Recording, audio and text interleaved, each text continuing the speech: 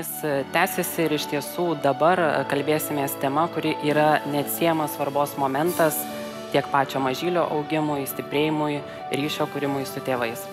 Kalbu ne apie ką kitą, bet būtent apie patiriamas emocijas ir psichikos sveikatos būklę. Pasitikti pasaulį anksčiau atkeliavus į naujagimį, galbūt pirmą kartą tapti mama ir tėčiu, užmegzti glaudų ryšį bei nežinomą laiką auginti neišnešiotą kūdikį per stiklinės palatos sieną yra iš tikrųjų didžiulis iššūkis. Bet tarp tų iššūkių šiame etape yra ir nepakartojamų akimirkų, kurios stiprina šeimos ryšį. Tad kaip tų akimirkų nepaleisti iš rankų ir įveikti patiriamus emocinius sunkumus, kalbėsimės su psichologe Evelina Sabaityte, kuri kasdienoje bendrauja su ankstukų šeimoms. Tai kviečiu į sceną pasitikti Eveliną. Sveiki, Evelina. Sveiki. Evelina, mūsų pokalbį galbūt aš noriu pradėti nuo tos pačios pirmosios žinios, kuomet tėvai išgirsta, kad į jų gyvenimus pasibels ankstukas ir aš tikrai tikiu ir žinau, kad tų emocijų būna labai daug. Tai koks tas yra pirmasis nepalūžimo taškas tėvams ir kokios tos pirminės rekomendacijos reakcijai į šią žinią? Tai turbūt mes turim pradėti kalbėti, kad tas ankstuko sutikimas gali būti labai skirtingas. Vienos šeimos jau iš anksto žino, kad tikėtina, kad jie susilauks ankstuko, kitos šeimos atvažiuoja tiesiai, tiesiai į priėmimo skyrių, iš karto į gimdyklą. Ir aš galvoju, kad tas tarpas nuo žinios, kad jums gims mažylis prieš laiką, iki pačio fakto, kad įvyksta gimdymas, nėra beprotiškai brangus ir svarbus laikas. Ir jeigu šeima turi bent akimirką pabūti, suprasti, kažkaip atsakyti į klausimą, ką man tai reiškia, kaip aš čia jaučiuosi, tikrai startas gali būti lengvesnis ir tos, kaip mes sakom, intervencijos ir pagalbos galimybės bus vienokios. Bet aš turbūt labai noriu kalbėti apie žmonės, kurie staiga atsiduria priėmimo skyriuje, iš karto patenka į gimdyklą ir visiškai neturi laiko susivokti. Ir aš galvoju, kad iš tikrųjų tokioje situacijoje pasaulis ir gyvenimas išplėšia galimybę pasitikti mažylę. Taip, kaip mes planavom, taip, kaip mes norėjom. Ir čia mes turime vardinti, kad pirmas susitikimas su naujagimiu yra ir gimimas, ir labai didelė netektis. Netektis svajoto gimdymo, netektis svajoto susitikimo, netektis to idiliško plano, kurį kiekviena šeima susikuria. Tai dažniausiai liūdesys, baimė didžiulė, išgąstis, šoko reakcija tikrai yra labai dažna į pasaulį atėjus neišnešiotam naujagimiui. Ir kartu viską, uždengiantis išsiskyrimo jausmas, nežinios jausmas, nes kartais mama po gimdymo patenka į reanimaciją, jinai neturi galimybės net sulaukti žinių apie savo mažylį ir toks kažkoks, žodis ant liežuvio galo vakuumas, jisai įsivyruoja ne tik išorėje, bet ir viduje. Ir tame vakuume, man atrodo, svarbiausia yra patys paprasčiausi dalykai vardinti, kur aš esu, kodėl aš čia esu, kas vyksta ir dažnai tas, pirmas susitikimas su mažyliu būna labai apipintas nežinia, nes ne visi žmonės iš anksto žino, kas yra neišnešiotas naujagimis, ar jis išgyvens, ar neišgyvens. Tai aš galvoju, kad informacija bendra yra tai, ko labiausiai reikia šeimai, kad kur jūs esat, kada jūs galėsit pamatyti mažylį, kokia yra jo būklė, ką mes darysime ateinančią parą, kaip viskas bus, kada jūs lankysit, ko iš jūsų tikimasi, apie žindymo ar ne procesą. Tai tokie labai labai praktiniai klausimai užsisuka pirmom parom ir iš tikrųjų pastebiu dirbdama stacionare, kad maždaug antra, trečia para tampa tokio emocinio lūžio tašku, kur iš tikrųjų moteris pradeda pajausti, prisiliesti prie savo netekties jausmų, prie savo baimės, prie savo bejėgystės.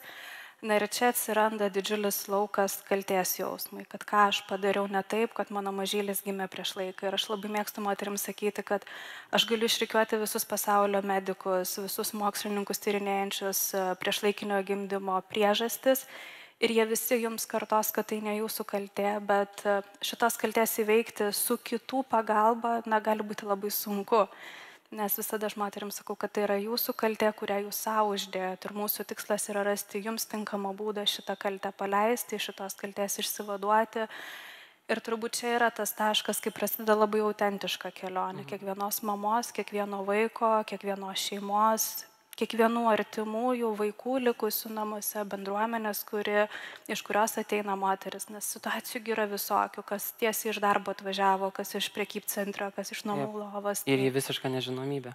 Į visišką nežinomybę dažniausiai. Kartais klausiu moterų, ką žinot apie neišnešiotus naujagimus, tai dažniausiai ką išgirstu, arba nieko, aš tam nesiruošiau, arba kai kurios moteris sako, žinai, Evelina, mačiau plakatus organizacijų pravažiuodama ar prekybcentriuose, paramos akcijų įvairių, bet daugiau nieko nežinau.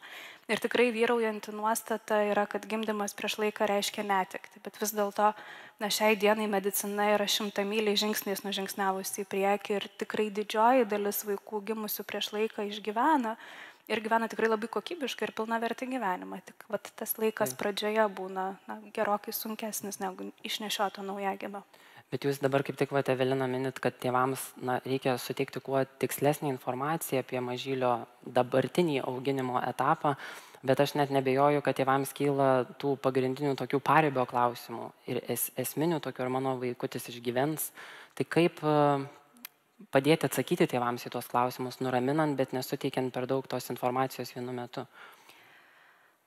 Dažniausiai mes kalbam apie statistiką, kokia yra statistika gimstant tam tikros lyties naujagimiui, tam tikram gestacijos laikotarpyje. Ir ta statistika yra labai skirtinga, labai įvairi, bet mes vis tiek kalbam, kad virš kilogramų gimusių naujagimių Lietuvoje išgyvena virš 90% kiekvienais metais. Tai skaičius yra tikrai labai didelis ir tik 1 iš 10 vaikučių, kartais net 1 iš 200 vaikučių neišgyvena šitoje situacijoje.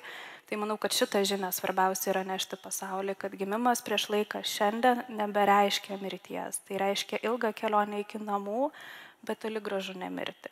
Ir kas atsitinka, tėvai dažniausiai šitą klausimą užduoda medikams, kurie yra pakankamai dideliai įtampai, kai pasaulį išvysto neišnešiotas naujagimis. Ir dėja, bet šiai dienai medikai vis dar nerenkasi sakyti tiesą, kad mes nežinom, kaip bus. Pirmos 3 paros yra kritinės ir viskas priklauso nuo to, kaip šitos 3 paros dėliosis. Ir mums reikės atlikti galybę tyrimų, gauti galybę atsakymų ir labai daug kas priklausys nuo to, kaip mažylis priims pagalbą, kurią medicina šiandien siūlo. Bet kiekvieną kartą prie šito sakinio aš stabteliu ir galvoju, bet mes kalbam apie daugiau kaip 90% ir kodėl ta žinia nepasidalinti kitaip. Bet tikrai atsiranda nuostabių specialistų, kurie palygina ar ne kontinuumą. Sakykime, jeigu mes lygintume su neišnešiotu naujagimu, tai ta situacija sudėtinga, bet jeigu lygintume su pačiu mažiausiu naujagimu, apie kurį kalbėjo Asta prieš tai, 350 gramų, tai tikrai yra labai didelis kelias priekyje. Tai mano turbūt pagrindinė idėja, dirbant su šeimomis pirmomis dienomis, yra rodyti kontinuumą ir raginti matyti, kad mes nei vienam, nei kitam kraštutinume. Mes nebeturim to išsvajoto gimdymo 40 savaitę, 3,5 kg naujagimio, bet mes dažnai nebeturim ir 350 gramų. Ir tada toks atverimas erdvės ir leidimas pamatyti, kad toje erdvėje mes esam kažkur per vidurį, aukščiau vidurio, ar ne? Tas tampa tokiais atramos taškais ir žmonės sako, mes nežinom, kaip bus. Tikrai sakau, kad mes nežinom, bet mes žinom, kaip yra. Ir kol šitas mažylis yra gyvas, tol mes negalim kalbėti apie nieką kitą. O ateities perspektyva be abejo pasimatys jau per turbūt pirmuosius gyvenimo metus.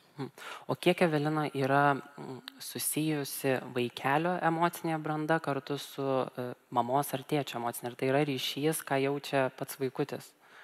Iš tikrųjų, ką mes matom intensyvios terapijos skyriuje, kad ryšys yra besąlyginis. Jeigu ateina sunerimusi mama, mes matom, kad vaikučio širdelės ritmas pagreitėja, jisai tampa neramus.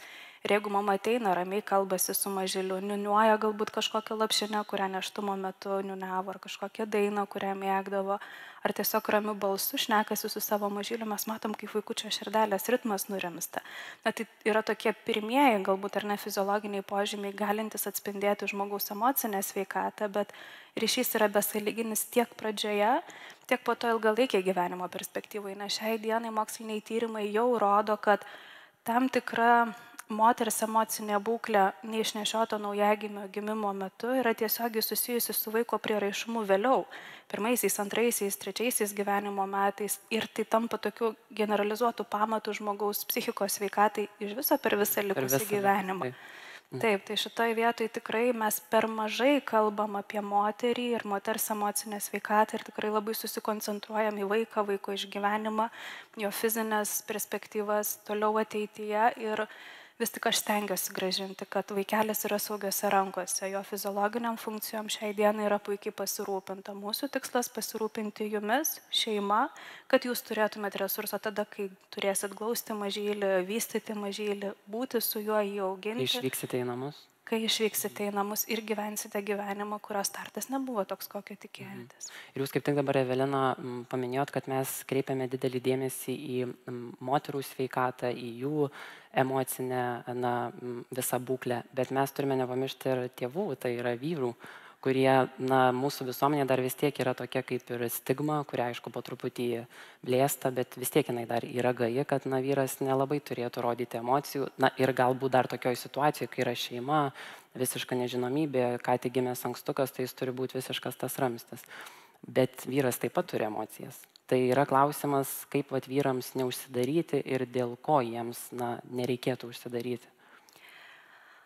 Čia jūsų klausimas yra toks labai dvilypis. Viena vertus, užsidaryti nuo emocijų, kurios yra šiuo metu, taip, mes turim skatinti ir vyrus atsižvelgti ir į jų emocinę savijautą, bet labai yra įdomus toks, biopsichofiziologinis turbūt dalykas, kad šeimoje išgyvenant krizę vis tik tai pasikeičia šiek tiek dinamika. Moteris yra labai pažeidžiama gimus vaikučiui, vis tik tai kažkur ten mūsų turbūt instinktuose įrašyta, kad vyras turi stoti ginti savo šeimą ir tikrai dažnai matau, kad tokia didelė mobilizacija vyro viduje įvyksta ir jų fokusas yra į veiksmą, ką aš turiu padaryti, kuo aš galiu padėti, kaip aš galiu pasirūpinti savo žmona, savo šeima. Ir čia aš visada labai subtiliai tyrinėju. Mano visada jausmas yra apie tai, kad nelaužyti kojų šiuo metu einančiam žmogui. Ir mano pagrindinė žinutė yra, kad tai palėtė jūs visus, kiekvieno iš jūsų vaidmuo dabar yra labai skirtingas, emocijos yra labai įvairios. Ir kviečiu tyrinėti kiekvieną vyrą save autentiškai, nes kai kurie tikrai izoliuoja tas emocijas tam, kad išgyventų ir kai viskas baigėsi, kai šeima grįžta namo, aš mėgstu tą paralelę, atsitraukia į savo urvą, išgėdėti savo jausmus, išjausti. Tai čia labai ir kiekvieną vyrą reikia pamatyti taip autentiškai, atskirai ir individualiai, nes dažniausiai vyrų tokia funkcija būna būti tokiais amortizatoriais tarp likusio pasaulio ir žmonos emocijų. Tai aš visada siunčiu žinutę, kad esame mes, psichologai, kurių duris visada atviros ir tada, kai jausit, ateikit, nes kažin, ar kvietimas išjausti jausmus per prievartą yra gera ar ne strategija, bet kokios krizės metu, nes krizių psichologija iš principo jinai kalba apie tai, kad kapitalios krizės metu tikslas yra kiekvieną žmogų, įdarbinti, taip sakant, kad jis jaustųsi galintis kažką keisti labai nekeičiamoje situacijoje. Tai dažniausiai moteris mes įdarbinam laktacijos procesą skatinti, traukti pienuką, nešti, lankyti vaikutį, vyrą mes įdarbinam, nupirkti pientraukę, atvežti arbatos, atvežti maisto, atvežti kažkokius daiktus ar nesuorganizuoti namus. Ir mes nekalbam apie tai, kas atsitinka, kai tai yra ne pirmas šeimos vaikas, kai namuose yra 1, 2, 3 vaikučiai, kuriais reikia pasirūpinti, kas ten tada vyksta vyro viduje.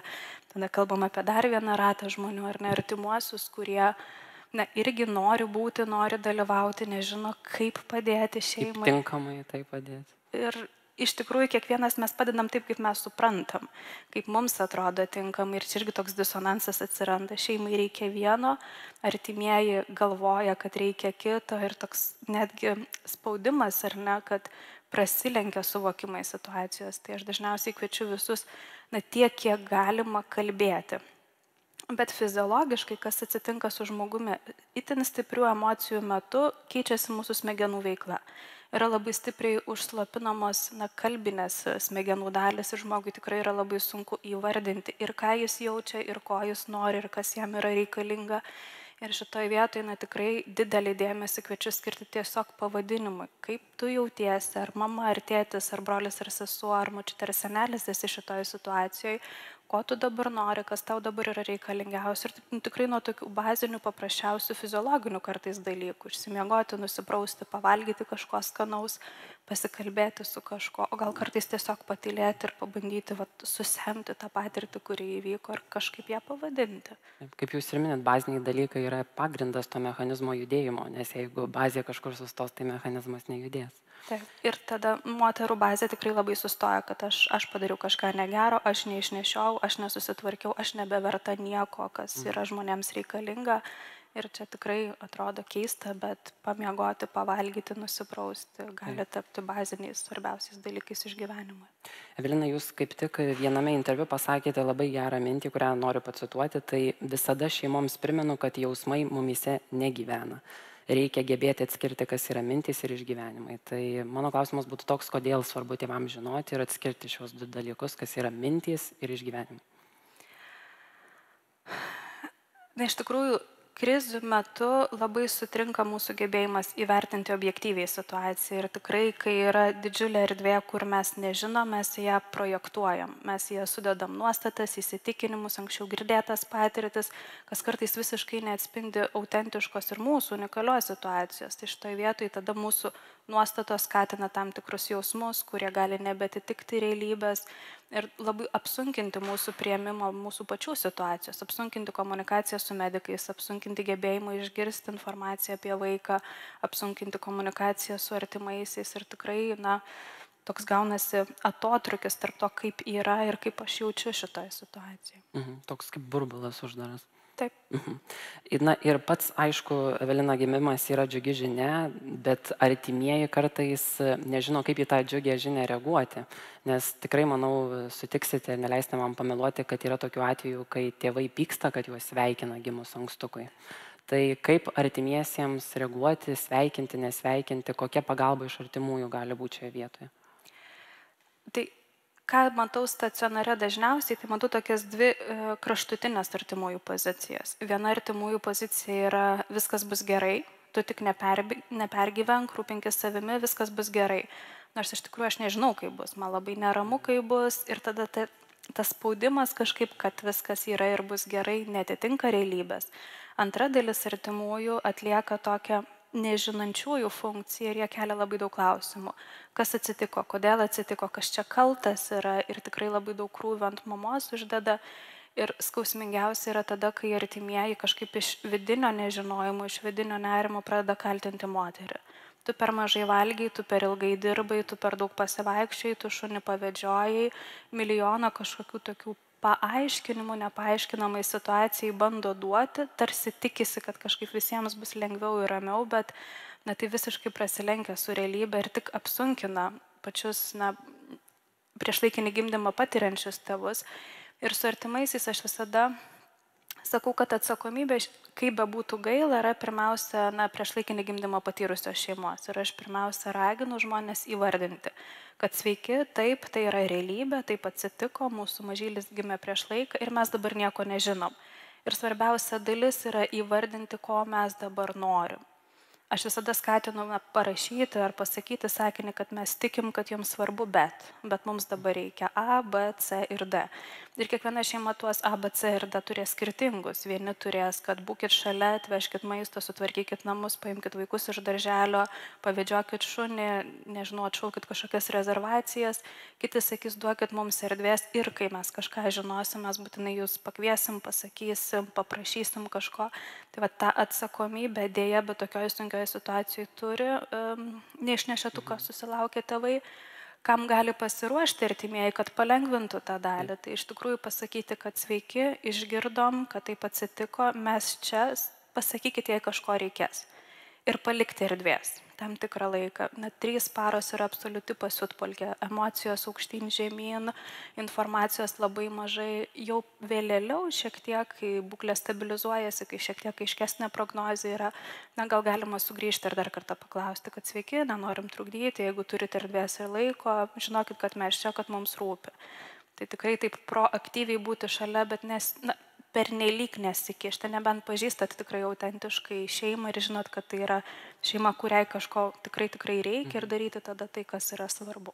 Ir jūs kaip tik, Evelina, jau nekartą minit, kad tos 3 pirmosios dienos yra tokios emocijos ir lūžio įvairūs taškai, tai viršun, tai žemyn. Tai mano toks galbūt būtų klausimas, kad iš esmės nežinomybės tai yra labai daug ir tėvams tiek labai daug yra suteikiamos informacijos, bet tėvai vis tiek kažkaip nori išlaikyti ir užmėgsti tą ryšį su savo kūdikiu. Tai kokias praktikas jūs siūlote, nežinau, galbūt fotografuoti ir užsirašinėti savo emocijas, kažkokius užrašus vesti, dienoraštį, tai kokios tos praktikos? Tai praktikos tikrai gali būti labai labai įvairios. Aš visada skatinu rašyti tiek nėštumo metu vaikui, kurio laukiamės, ypatingai jeigu nėštumas yra krizinis, jeigu nežinom, kaip bus, jeigu nežinom, kada sutiksim mažylį, tai ryšio mezgimas per vidinę komunikaciją su žmogum, kurio mes laukiam, yra gyvybiškai svarbus mums laukiantiems. Ir man atrodo viduje, kad beprotiškai brangus tam, kuris ateis netikėtai, neplanuotai, kažkaip gal kitaip. Ir aš galvoju visada, kad jeigu mano mama būtų rašęs tokį dienoraštį, aš turbūt labiausiai branginčiau tą momentą, kuriame aš nebuvau ir kurio aš negaliu patikrinti. Tai yra be abejo, rašymo technikos labai veikia, kai mažylis gimsta, be abejo, nuotraukos, video medžiaga, galų gale kenguravimo metodas, kai tai yra įmanoma. Glausti, būti šalia, jeigu leidžia rankas uždėti ant mažylio, tiesiog lankyti tiek, kiek jėgos leidžia, bet irgi neužsidėti to reikalavimo savo, kad jeigu aš jaučiu, kad man per jautru, jeigu aš jaučiu, kad man per sunku, net tada gal aš tau užrašyčiau geriau, negu eičiau pas mažylį per prievartą, nes ir vėl tada tas prieraišumas juk jau nuo to momento formuojas.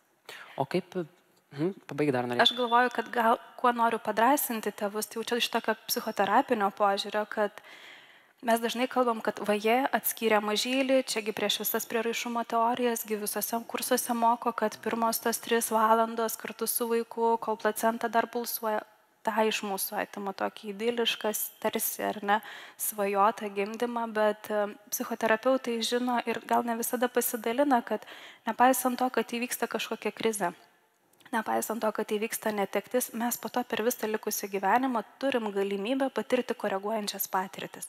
Tai jeigu iš šeimos buvo atimtas susitikimas pradžioje, kuris tarsi labai svarbus prieraišumui, pagalvokim, kokios gali būti tos koreguojančios patirtis. Liesti, kai galiu, glausti, kai galiu, po to ilgiau laikyti, kai galiu daugiau kalbėti apie tai, kokia buvo pradžia mažylio, ir patiems kurti tas koreguojančias patirtis. Kompensuoti tas patirtis, kurių nebuvo. Ir mes dabar, aišku, kalbame apie tą emocinį ryšio užmesgimą tarp tėvų ir kūdikio, bet įsivaizduokim tokią situaciją, ir tikrai tokių šeimų yra, kur nėra šeimoje pirmas pirmagimis. Jisai turi brolės arba seseris, tai mano klausimas būtų, kaip su jais užmegzti ryšį, nes greičiausiai yra atvejų, kai mėnesį, 2 mėnesius ar 3 mėnesius nemato tų brolių seserų. Tai kaip tą ryšį stiprinti su tuo mažyliu, kuris yra atskirtas nuo šeimos? Ir vėl mes čia tada turim būti kūrybiški, ar ne? Turim ieškoti kažkokių perkeltinių technikų, perkeltinių būdų tą daryti. Tai turbūt tai, kas man pirmiausia ateina į galvą, yra nuotraukos, nes vėlgi turim pagalvoti apie tai, kokio amžiaus vaikas liko namuose, kiek jam svarbus brolis arba sesuo, kuris gimė, o kiek vis dėlto jam yra skausmingas mamos praradimas, mėnesiui, 2, 3 kartais. Tai va čia irgi įsivertinti tą individualią situaciją, ar vis tik labiau apie brolį ir seserį, ar labiau apie ryšį su mama. Ir jeigu mes grįšim prie to, kad tai yra apie ryšį su broliu ir seserim, aš gal labai paprastai kalbu apie tam tikras dovanas, laiškus, nežinau, kažkokias žinutės persiunčiamas iš broliukų arba sesutės, nes tas ryšys po to juk vėlgi megsis visą likusį gyvenimą. Dažniau aš galvoju, kad bus nerimas apie mamą, kurios nėra šalia, bus pykčio, kad mamos nėra šalia, ir tada ta moteris, kuriai tai yra ne pirmas vaikas, bus plėšoma, nes aš noriu būti 2 vietose vienu metu, ir su naujagimiu, ir su vaikais, kurie liko namuose. Ir čia labai noriu dalintis vienos moters žodžiais. Pačioj pradžioj pradėjus dirbti skyriuje, aš klausiu, kaip jūs laikote su tuo, kad tai yra antras vaikas ir kad širdį reikia dalinti 2. Nu tai pasipiktinu ir sako, Evelina, ką reiškia dalinti? Dieve, ką ne taip pasakiau? Sako, žinai, toks jausmas, kad atsirado 2 širdis, nes viena širdis yra nedaloma, kiekvienas vaikas turi savo, ir va tą turėti omeny, kad ta širdis yra, jinai pildosi patirtimis ir pildysis visą likusį gyvenimą, ir viską galima po to kompensuoti arba koreguoti. Taip. Ir kadangi, Evelina, mūsų pokalbis po truputį artėja link pabaigos, bet aš manau, kad kalbant apie emocinę sveikatą, yra labai svarbu paminėti ir tą tamsesnę istorijos pusę, kuomet nutinka taip, kad mažylis neišvysta dienos šviesos. Ir tuomet čia tėvams, manau, yra tiek ir jautriausia tema, tiek ir labai sunku iš jos išsikapstyti ir kažkaip kabintis į gyvenimą toliau. Bet turime apie tai pakalbėti. Tai ką tėveliams iš tikrųjų daryti, kad tos rankos visiškai nenusvirtų ir būtų noras toliau bandyti kurti šeimą? Na, šita tema turbūt yra ir labai svarbi, ir labai plati, ir labai autentiška. Ir galvoju pati pradžia, kai mes laukiam žinios, kaip bus šitam vaikeliui, ar jis išgyvens, ar jam pavyks priimti pagalbą, kurią medicina šiuo metu suteikia. Aš kažkaip visada stengiuosi po truputėlį atskirti vaiką ir tėvus, kad vis tik tai jau nebėra mūsų kaip tėvų pajėgumui padėti kažkaip ar ne, nulemti tai kažkaip. Ir po truputėlį stengiuosi formuoti vaiko kaip individo suvokimą, kad kiekvienas žmogus vis tik tai gyvena tiek, kiek jam jėgos leidžia. Ir čia aš po truputėlį kokią atsakymą savo radau susidurdama su mirtimi darbe, kad vis tik tai mes kiekvienas gyvenam tol, kol galim gyventi be kančios. Arba tol, kol ta kančia yra pakeliama ir kai vis tik tai fiziologinė kančia tampa nepakeliama, mano supratimu įvyksta mirtis. Ir kažkaip tikrai tikiu, kad nei vienas iš tėvų nelinki savo vaikui kančios. Ir čia vėlgi nešiojas vienos moters žodžius, kuris sako, žinai, Evelina, aš turiu priimti šitą kančią ir savo vaiką paleisti tam, kad jis visą likusį gyvenimą nekentėtų. Tai pagarba tai naujai gyvybei, autentiškumui, individualumui tos gyvybės, manau, kad gali būti pamatas, bet ir vėl kiekviena šeima randa savo būdą, savo prasmę, savo kelią. Priimti žinią, o po to kaip išbūti, tai be abejo, gedėti, palydėti, palaidoti, turėti ritualus atsisveikinimo, ieškoti to vadinamo tranzitinio objekto, tai daikto, kuris įvidins vaiką, kuris buvo, nes mažylis, kuris gimė ir vis tik tai mirė per anksti, jisai visada bus mūsų viduje. Aš turiu tokią techniką, kurią dalinuosi su žmonėmis. Tai vadinama atsisveikinimo maldelė tuose kursuose, kuriuose aš ją girdėjau, kažkaip nieko ten religinio, bet ten yra žodžiai, kad aš gerbiu ir priimu tavo mirtį. Tu visada užimsi svarbią vietą mano širdyje, bet dabar aš gyvensiu. O mes kada nors susitiksim. Ir per ateinančius metus aš dėl tavęs padarysiu kažką gero. Tai ta kelionė kiekvienam individualiai, kiekvienam skirtinga, bet rasti mirties prasmę yra labai sunku, bet gyvybiškai reikalinga ir tam, kuris išeina, ir tiems, kurie lieka. Dažnai dar galiu paklausti žmonių, o kaip būtų, jeigu būtų atvirkščiai, jeigu jūs turėtumėt išeiti anksčiau laiko ir palikti tuos, kuriuos mylit, ko jūs jiems linkėtumėt, ko jūs jų prašytumėt. Ir tikrai visi sako, kad prašyčiau nekentėti, prašyčiau gyventi už 2, už 3 ir kažkaip nesustoti, nes apie ką tada ta mirtis, jeigu jinai taip stipriai viską atima. Tai be abejo, tai neįvyksta per parą, 2 ar 3, tai yra metų, kartais 2, o kartais 3 kelionė ir kiekvienas mes ją nukeliausim skirtingai. Turbūt paskutinė mintis, kurią aš kažkaip įsidėjau savo vidų apie netektį, tai toks žinojimas, kad gedulas gali baigtis, bet ilgesys žmogaus, kurio mes netekom, gali likti mūsų viduje visą likusį gyvenimą, bet ilgesys nebe taip skauda, kaip gedėjimo skausmas. O dabar dar kaip tik irgi kalbant šioje temoje, artimųjų palaikymas. Čia labai svarbu, manau, artimiesiems mokėti išklausyti visiškai ir būti tiesiog ta klausančiaja pusė. Kai mes išgyvenam sunkius jausmus, intuityviai kyla noras veikti, kažką daryti, kažkaip sutaisyti šitą situaciją, kažkaip ją pakeisti. Tai aš visada prašau, nedarykim, sustokim, pabūkim ir nedarykim. Ir pagrindinis žodis, kuris ateina ant liežuvio galo, kai kalbu apie artimuosius arba galvoju apie artimuosius, apskritai aplinkinius, tai yra pagarba. Kažkaip rasti viduje pagarbos tam, kas vyksta, pagarbos išeinančiam, pagarbos liekančiam, pagarbos nežinančiam, pagarbos bijančiam. Ir turbūt tas pagarbos jausmas tokia vidinė stiprybė sujudina, kad gerbiu tai, kas vyksta ir tikiu, kad galiu tai atlaikyti. Tai vėlgi su artimaisiais visada prašau klausti, bet nedaryti, siūlyti, bet neveikti, girdėti, kartais net ir nebylų, ir erdvės prašymą. Nes žinau, kad rūpi, bet kartais tas rūpestis labai įpareigoja būti kažkaip. Tai tikrai paklauskit ir pabandykit išgirsti tą nebylų atsakymą, kaip mano brangiam žmogui reikia dabar, kad aš būčiau šalia. Ir jau vainikuojant mūsų pokalbį, tuomet toks klausimas gal padrasinantis visus, kaip nebijoti išdrįsti kreiptis pagalbos. Nes aš manau, vis tiek būna tokių atvejų ir jūsų kasdienybėje, kuomet moteris arba vyras nenori pagalbos sulaukti, emocinės turiu omeny.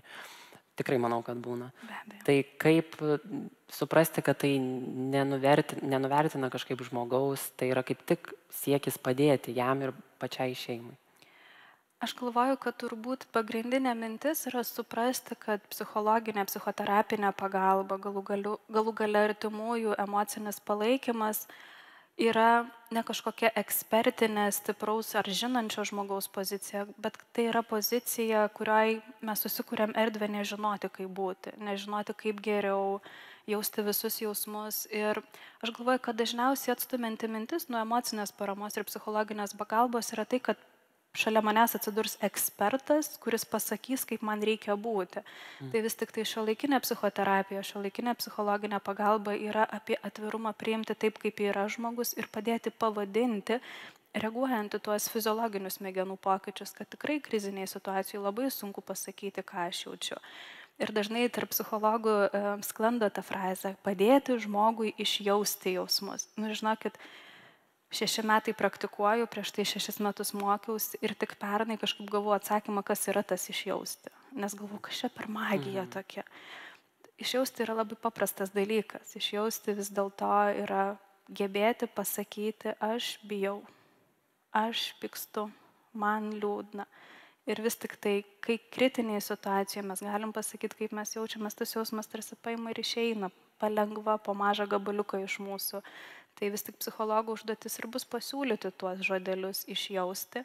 Kita vertus, iš studijų išėjau su žinojimu, kad žmogus savo viduje turi viską, ko jam reikia per gyvenimą.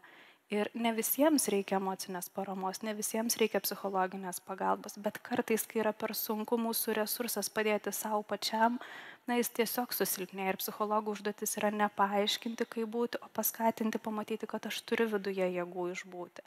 Tai kažkaip galvoti, kad tai yra labiau įgalinimo, nenugalinimo procesas. Ir jūs labai gražiai paminėjot, kad svarbu labai žmogui iš tikrųjų pripažinti, kad aš bijau, aš nesugebu ir tai nereiškia, kad kažkaip žmogus numenkinamas yra arba nuvertinamas. Tai kaip tik yra kelias į kažkokį sveikimo etapą. Tai Evelina, aš noriu Jums labai padėkoti už pokalbį ir aš manau ir tikiuosi, kad mus klausantys žiūrovai išsinešė tą žinutę, kad viltis visada yra. Tik tai reikia mokėti už jos kažkaip užsikabinti ir nepaleisti. Tai labai ačiū dar kartą už tai, ką darote ir kad buvote su mumis kartu. Ačiū. Ačiū Jums.